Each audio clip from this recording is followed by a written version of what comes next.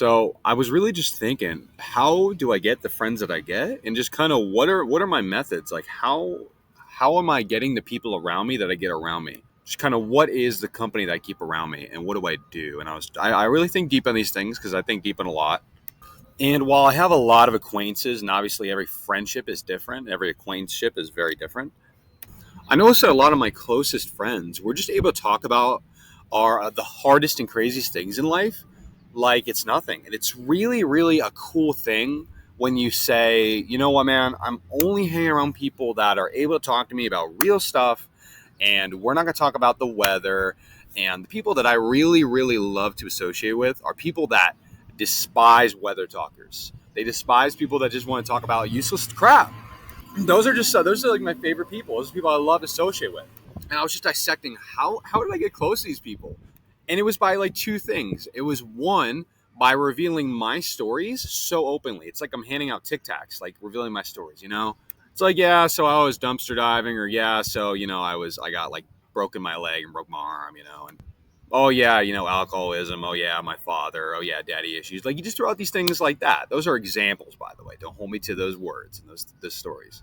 They're just examples. But you say, when you throw out a story, what does someone want to do when you throw out a story? Even if it's easy for you and it seems like it's vulnerable, they want to throw out a story too. And then there's a bit of a trust that goes kind of back and forth. If I say something that perceived makes me perceived as vulnerable, they're more likely to say something back that makes them slightly vulnerable. And on top of that, I'm very, very confrontational with the same tonality. I'm very confrontational with a unperturbed tonality. What do I mean by this? I want to be very clear on what I mean, because this is one of my greatest skill sets that I want to relay correctly. Okay. It's that, let's say I'm talking to somebody. All right. We're in the middle of a conversation and they drop a bomb on me, like a bomb. Okay. We'll use an example, not too crazy. Let's say someone just told me they were a heroin dealer. Okay. A heroin dealer. Let's use that example. When they say this to me, my body posture has not changed. My eye contact, I'm still making eye contact with them. Everything that I'm doing is still the same. I'm not moving any extra. If they said, okay, they dropped the bomb, I'm a heroin dealer, and then I go like, what does that show? That shows that you were perturbed by the information. Please look this up. My favorite word in the world is unperturbed and imperturbable. If someone could say, what is one word that you want to be your life statement, I would like to use the word imperturbable is my life word. All right. I like to think about these kind of things. And when you show that you are not perturbed by the information, I notice this is the same thing that allows me to talk to higher level people and not seem like a fanboy. But I'm going to go to that in like 2 seconds. That's not right. That's not right now. We'll talk about it in like 2 minutes. But if someone said, okay, same example, I'm a heroin dealer, okay? I'll be like, I won't make any noises. Maybe like I'll shake my head a little bit as they talk. Kind of like that, not really smile. If they say something that's funny to them, I'll laugh. And I really don't know if I'm hitting this nail home correctly. So let's say they brought this analogy up. I would then ask confrontational questions in a kind manner. So you'd be like, so how long you been dealing? You ever any people like die under you? And I would ask in like a tonality that shows that I'm not fazed by what they just said. I'm like, got it, so how long you been doing it? You ever try it yourself? Parents ever find out? And I would not be judging them as well. That's like the really big thing. There'll be no judgment. And I would ask the questions in a way that shows I'm not judging them at all. But I'm simply gathering intel. And while I'm gathering this intel, I'm not making it about me. But if an opportunity comes, I might say a story that also reveals something about me. But normally I'm always the one that reveals it first in these scenarios is what I'm kind of dissecting. I'm normally the first person to say something, and then they say something back that reveals something about them, that makes them vulnerable. Then I ask questions in a non-judgmental way. And I'm talking about very, very not confrontational as so much as very personal. All right. I'm going to use another example. And I know someone that's a close friend of mine that same thing. they do the same thing that I do, and I notice this about both of us. There was one time I was in a conversation with these two people, and I put my ego aside. I was being quiet for a little bit, and they were talking more one-on-one. And this one person, who's a friend of mine, is a much more kind of confrontational questioner person like myself, and they were talking to this other person. Person A is a confrontational person. Person B is the person who's, not used to revealing a lot about themselves, and they're expecting for person A to be more perturbed by the information. Person A reveals something about himself, all right, and then person B reveals something about his self as far as infidelity. Says, yeah, I cheated on my wife. Person A is like, huh, okay, how long you been doing that for? And then he answered, and he answered in an unperturbed way, and a way that didn't make it seem as if he was being attacked because of the way that person A asked it. Because person A was asking all these questions, and they were asking him like, so how long have you been doing it? Did you ever feel bad about it? As you ever found out? And the way that person A asked them, person B didn't get defensive. They got like, nah, she never found out. Probably like 5 years. I think like 5 years now I've been cheating on her. Kind of been thinking about it for a while. Really direct, non-emotional answers because of the way that person A asked it, and the lack of judgment and the prodding into their life with these calculated questions. All right. And I noticed that I do the same thing. When information is revealed to me, I don't act as if I'm extremely surprised by it. And I just kind of ask calculated questions and kind of a little bit. Like, yeah. There's a way to do it respectfully. If someone tells you, for example, if I'm talking to a good friend of mine, and I'm going to use this analogy very purposely. Let's say I'm talking to a friend of mine that is talking about matters of racism, and they're talking about how they were discriminated in their community. I'm not going to say, yeah, man, I know what that's like. That would be dumb, right? That would be very silly. We're like, yeah, I know what it's like. Yeah, no. What? What are you talking about? It's like, you don't know what it's like. But if you ask these sort of calculated questions in a way, and you act straight back, chest out, chin up, like kind of like, huh, how did that kind of go out?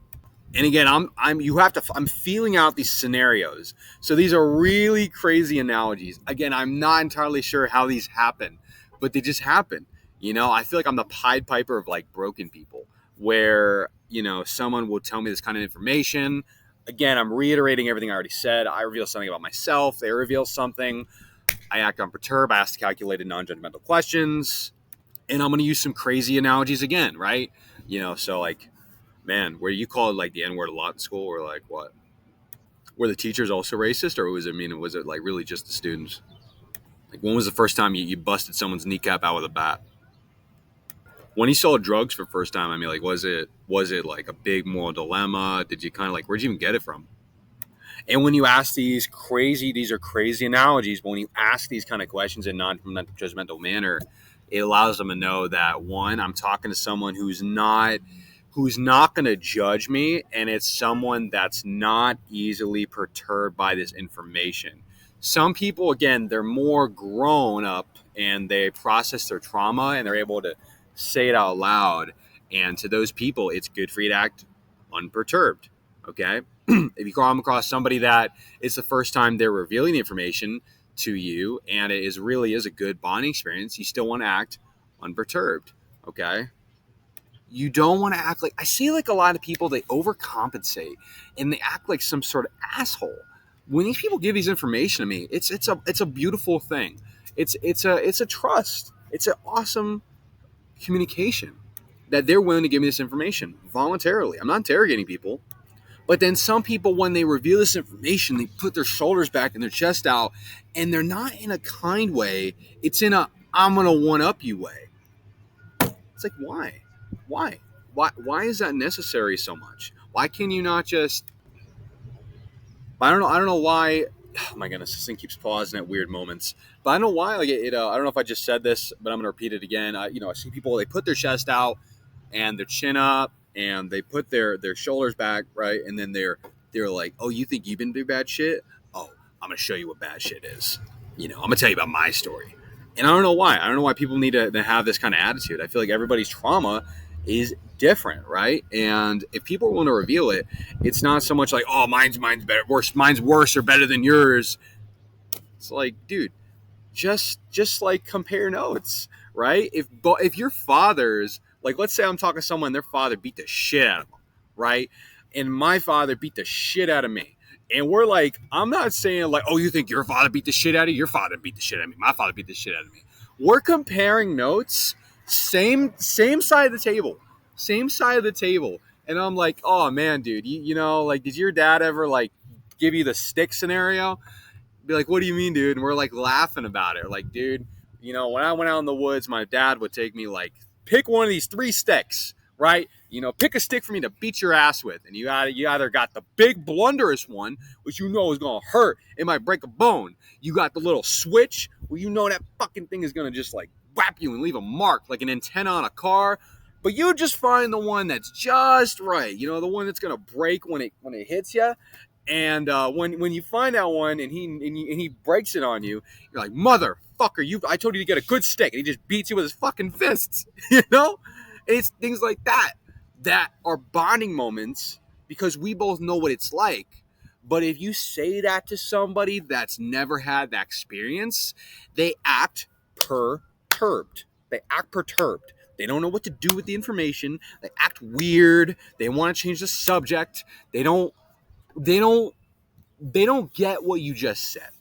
They don't understand the weight of it. They think maybe it's some sort of pity train. They're so confused. They're oh you oh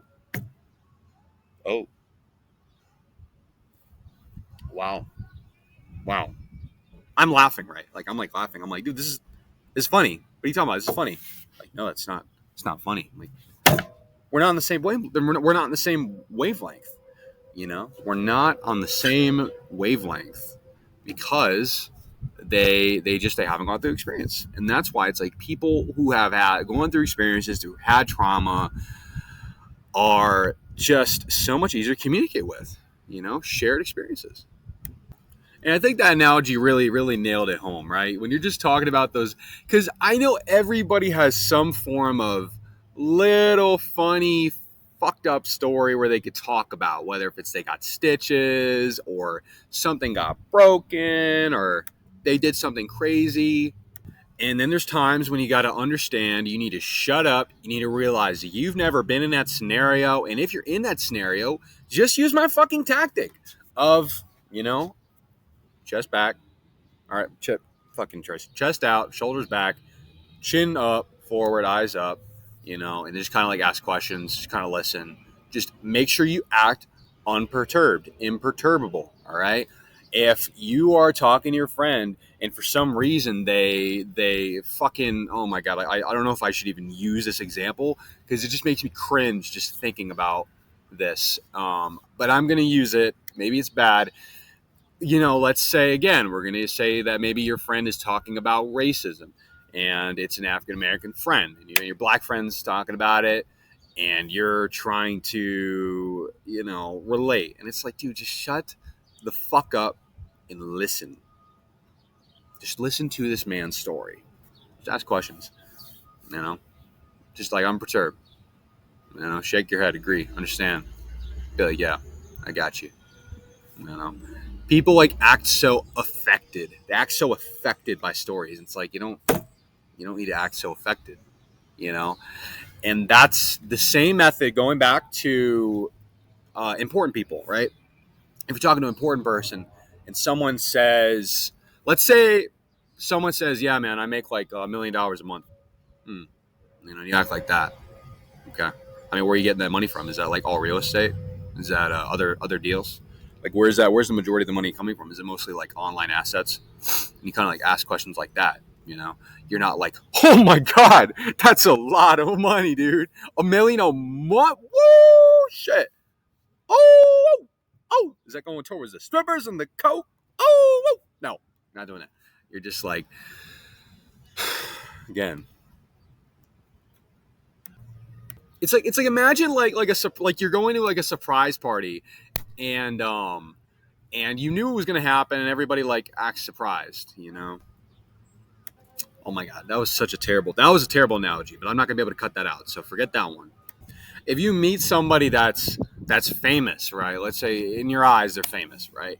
They are still a human being. They are gonna die one day, just like you, at probably a similar age. They're gonna leave this fucking earth and be in the dirt, okay? And whatever god they believe in, they'll go to that god. All right. So if I meet Dwayne the Rock Johnson, right? So hey man, what's going on, man? You know, I won't even say I'm a big fan. I'll just, hey man, what's going on? Sorry, movies, pretty good, good stuff. Don't know why you did the Fast and Furious like the 11th time. No, I mean, I think after like a certain point, you're just like, all right, man. Maybe I'll be like a little funny. Like, what was it like wearing those like tight shorts all the time in wrestling? I mean, your balls ever get chafed? Like, dude, you'd probably be like, dude, you wouldn't believe how often my balls got chafed. Oh my god, you just hit the problem of my wrestling career. My chafed balls. Dwayne the Rock Johnson's problem in his career is chafed balls, and you just hit it on the nail because you just added that question instead of like, I don't even know if I want to fucking fake the reaction that I don't want you to do. It's like, oh, Dwayne, oh, don't do that. I know people that fangirl this shit. They fangirl people. No fucking reason. You know? They're human fucking beings, dude. And it's about respect. When you fangirl, you're physically showing I'm below you. I do not deserve as much respect as 100% unequivocally, unarguably what you are doing when you fangirl. You are above me. All right. There's a matter of being respectful. I respect your accomplishments. Sorry, movies. Those are good movies. I've seen you got a Nobel Prize. It's really good, man. How did you get that? Like something like that. What was it like what did it feel like when you got it? Versus, oh my God, you're so amazing. You're saying, oh yeah. Here, let me sign your autograph and okay. Bye. Cool, bye. But if you like act like an equal and you ask questions, maybe you give your experience, maybe you give advice, utilize these tips, you're viewed as an equal. At least as an equal. That's where you want to get to, at least as an equal. You don't need to be above anybody. All right. When you meet fucking Dwayne the Rock Johnson, you're probably not going to be perceived as above him. Okay. If you're fucking the right way, you might be an equal. Okay. How do you think you're going to meet these really hard characters, these people that are really, really famous, if you act like this? Just people, I don't get it. I don't get certain people. All right. But these are the only tips I got. This is pretty much how I was just thinking about how do I connect with people? What are my methods? And just kind of putting them on a video. And that would be it.